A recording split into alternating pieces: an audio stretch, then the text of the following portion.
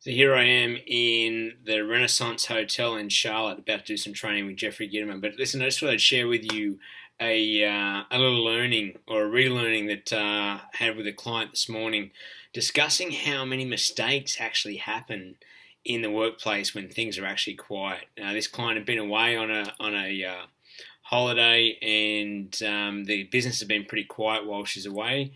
Um, which was actually good for them because they'd been flat out, but had a bit of a reprieve. And she was a bit upset that when she came back, some pretty basic mistakes had happened. And she's thinking to the team, like, how can you make these mistakes when you had not that much to do? And here's the learning I shared with her is that for us to perform at our peak, there has to be a certain amount of stress. So sometimes when there's not a lot of stress on, we get slack. Our brain sort of goes into idle mode, and we're not thinking as sharply as what we do as when we've got a lot of stuff on the go. Now, there could be the other end of the scale that says, okay, I've got too much stuff on the go, and that's when we become stressed or overwhelmed, and our performance goes down then too. So it's kind of like a bell curve. You've got it goes up and down like this, and in the middle here is where you've got that amount of stress or that pressure that creates high performance.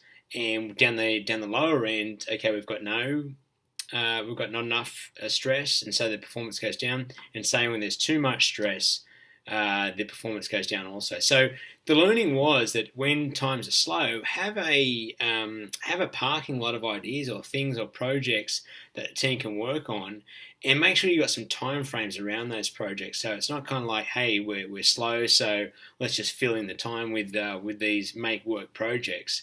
Make the projects very specific and results oriented with a time frame to them, and pass them on to the team, and keep some pressure on, whether you as the owner or your managers are doing that.